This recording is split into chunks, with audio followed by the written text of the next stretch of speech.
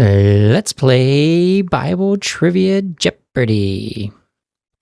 Here are today's categories: Obadiah, Jonah, Micah, Nahum, Habakkuk, and the Crimson Thread. And as you can see, all of these are books of the Bible, and that's because we are now over the halfway point of a Bible Binge series where we are covering 5 questions of every book of the Bible, starting at Genesis and ending at Revelation. We are now over the halfway mark and almost out of the Old Testament. If you've missed one of the previous games, you can find out all our games through this playlist that I'm showing at the top of the screen right now, where you can play catch up before you continue on. But if you're all caught up, I want to thank you for playing along all the way up to this point. Let's go ahead and get started with our first category of Obadiah. YouTube family, let's grow. First question from the book of Obadiah. This shortest book in the Old Testament consists of a single chapter directed against this nation, the descendants of Esau.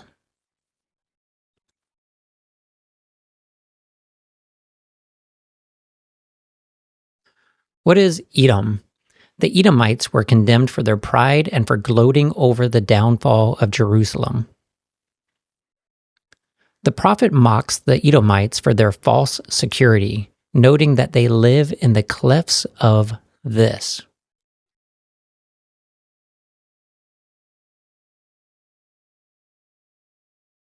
What is the rock? Their capital, Selah, later Petra, was built into a high, seemingly impregnable cliffs. $300 question. Obadiah warns Edom not to look with this on the day of their brother's misfortune.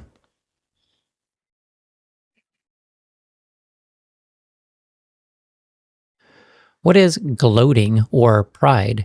Edom had stood aloof while foreigners carried off the wealth of Judah. This book introduces a foundational principle. As you have done, it shall be done to you. Your deeds shall return on your blank. Fill in the blank.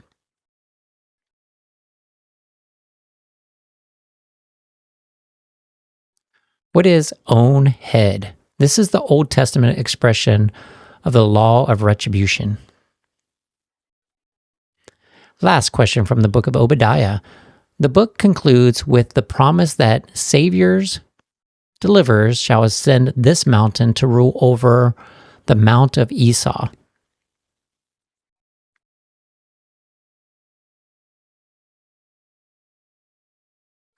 What is Mount Zion? This signaled the ultimate victory of Israel over its historical enemies. Takes us to the book of Jonah. First question.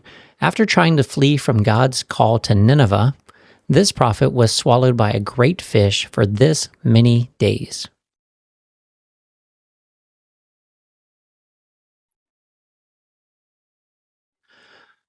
What are 3 days and 3 nights? Jesus later referred to this as the sign of Jonah, pointing to his own burial and resurrection. Jonah initially boarded a ship heading to this distant city in the opposite direction of Nineveh.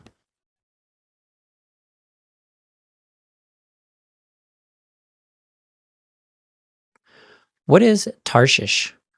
Scholars believe this was located in modern-day Spain, representing the end of the world at the time. Jonah's entire sermon to the people of Nineveh consisted of only this many words in the original Hebrew.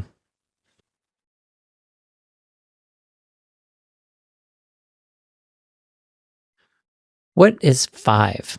His message was simple. Yet 40 days, and Nineveh shall be overthrown. While Jonah sat outside the city waiting for it to be destroyed, God appointed this plant to provide him shade.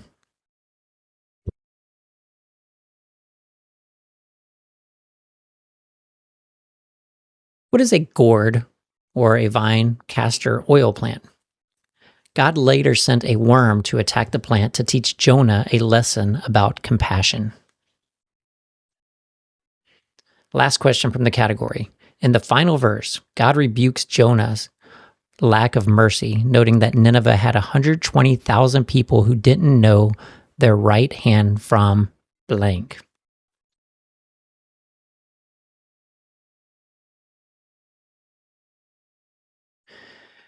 And the answer, they didn't know their right hand from their left.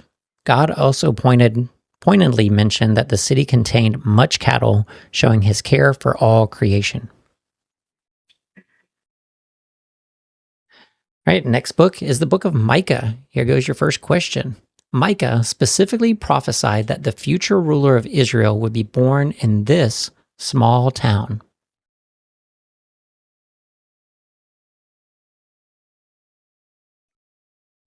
What is Bethlehem?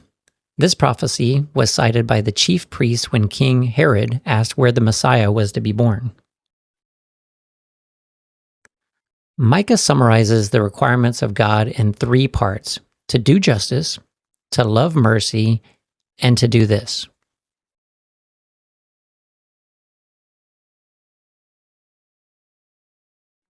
What is walk humbly with your God? This is often cited as the definitive summary of Old Testament ethics. This book contains the famous vision of a time when nations will beat their swords into this.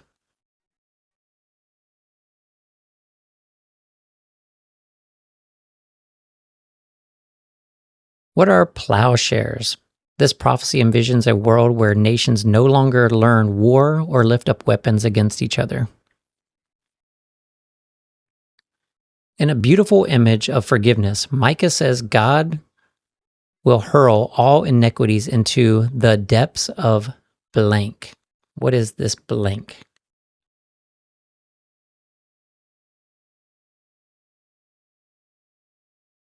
What is the sea? He promises that God will again have compassion and tread our sins underfoot. Last question of the category from the book of Micah. Because of the coming judgment, Micah says he will go about barefoot and naked, wailing like these desert animals.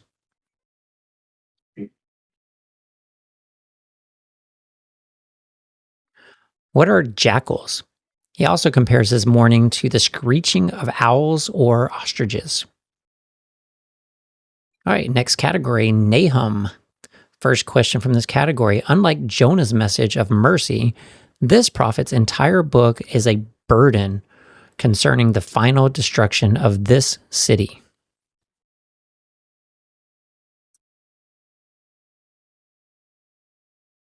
What is Nineveh? Nahum wrote about 100 years after Jonah, when Nineveh had returned to its violent ways. The prophet asks, who will grieve for Nineveh, noting it has become this with no one to comfort her.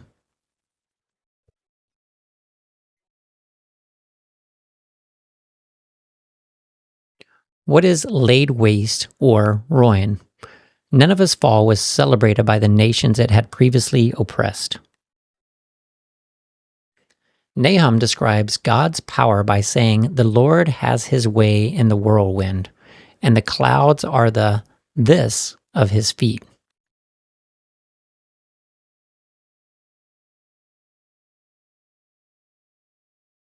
What is the dust? This poetic language emphasizes God's sovereignty over the natural world. Nahum ends his book with a question, asking, who has not felt Nineveh's unending blank? What is the blank here?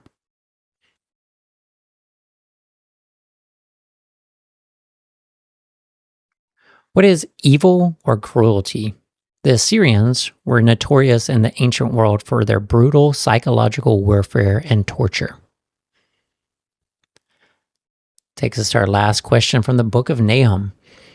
The prophet warns Nineveh that he who does this is coming up against them, telling them to guard their fortresses.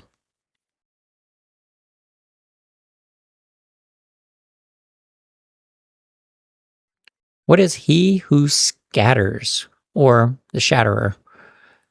This refers to the Medes and Babylonians who would eventually sack the city in 612 BC. All right, next category, Habakkuk. This verse, which became the foundation of the Reformation, states that the just shall live by this.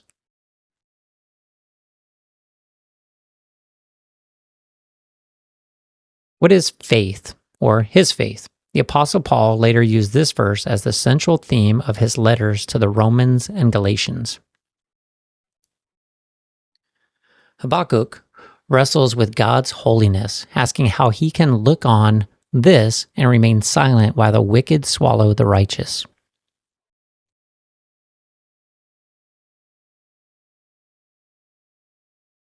What is treachery, or evil/wrongdoing? He was confused why God would use the even more wicked Babylonians to punish Judah. To wait for God's answer, the prophet said he would stand at his watch and station himself on this specific structure.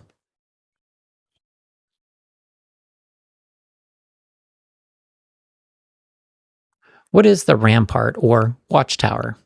He determined to stay there until he heard how God would respond to his complaint. The prophet looks forward to a time when the earth will be filled with the knowledge of the glory of the Lord, as the waters do this.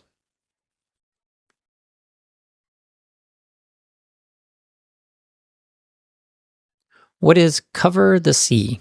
This vision provides a hope in the midst of the chaotic and violent world Habakkuk lived in. Last question from this category. In his final prayer, Habakkuk resolves to rejoice in God even if this specific tree does not blossom and there is no fruit on the vines.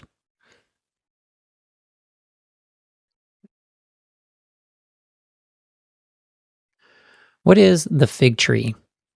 This is considered one of the greatest expressions of the unconditional trust in the Bible. All right, that takes us to our last category of the crimson thread. So, the way this category works is all these books of the Bible, both Old Testament and New Testament, all have one key component, and that is Jesus right in the middle of them all. So, this last category, the answer to every one of these questions is going to be one of the 5 books that we just covered. So, think real hard about all the books that we just covered, because all of them are going to be brought up as the answers to one of these questions. Let's go ahead and get started to see how Jesus is woven into every one of them. Starting with question number 1. In this book, Jesus is mirrored by a prophet who spent 3 days and nights in the dark before being brought back to deliver a message of life.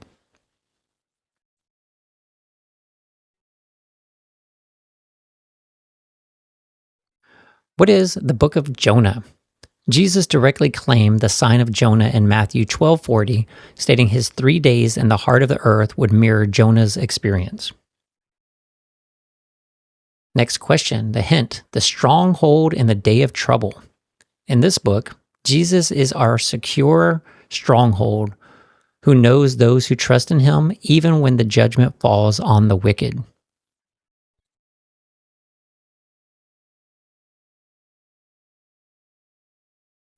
What is the book of Nahum? Nahum is a heavy book of judgment against Nineveh, but Nahum 1:7 shines a light on Christ as a safe harbor for those who belong to him. $300 question from the Crimson Thread. Hint, the deliverer on Mount Zion. In this book, Jesus is the ultimate deliverer on Mount Zion, establishing a kingdom that will never be overthrown.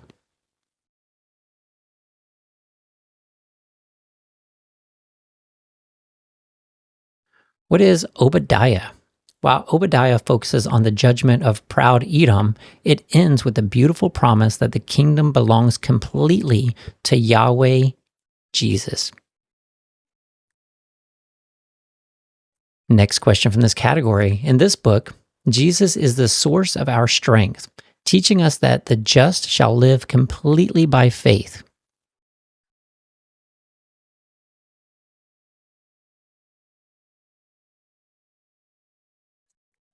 What is Habakkuk?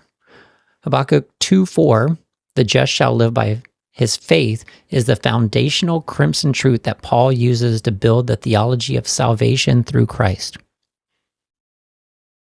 And here we go with our final question. The hint, the ruler born in Bethlehem.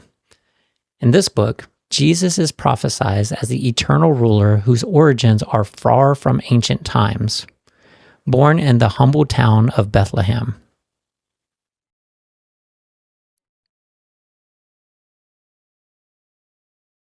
And that book would be, what is Micah?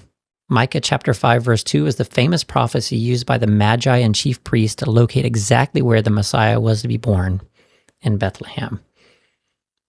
All right, I hope that you enjoyed that category very much, just as I enjoy making it. That's going to take us over into Final Jeopardy, where our category is going to be aquatic destinations. So if you are keeping score, you want to go ahead and pause the game now to keep your score up and figure out how much you want to wager on aquatic destinations. You can do so now, but we are going to go ahead and continue with the question right now. Instead of obeying God's command to go northeast to Nineveh, Jonah boarded a ship heading to this distant western port city, likely in modern-day Spain. All right, let's see what you got.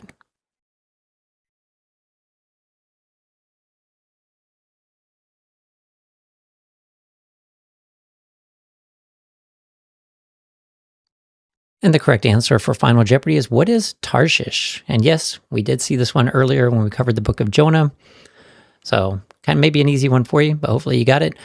Tarshish represented the furthest known edge of the Western world at the time, showing just how far Jonah was trying to run from God's presence. And that is a wrap on game number 7 of 13. And good news is, maybe not good news, but we are over halfway there, and the next game is going to be the last game of the Old Testament before we get into the New Testament. So I want to highly encourage you to just go ahead and finish that one out, and go ahead and click on the link to the left right now to finish that out, Old Testament out, and then we'll get started on the New Testament. However, if you do want to take a break, I've been showing the same video on all of these games so far, so if you haven't had a chance to check it out yet, please highly encourage you to check out What is the Purpose of Life, where I share the gospel message using a glass of water and an arrow. So check that out and share it if you would, please. And if you want to get caught up on any games you might have missed, or even jump forward if those games are available, you can do so by checking out the Bible Jeopardy cover-to-cover playlist that's listed right here. Do want to thank you for playing this game and joining me in this ministry. Please take the time to leave a comment below, because your comment could be the comment that makes this video show up to somebody else who can use this as a seed planted in their heart to grow closer to God.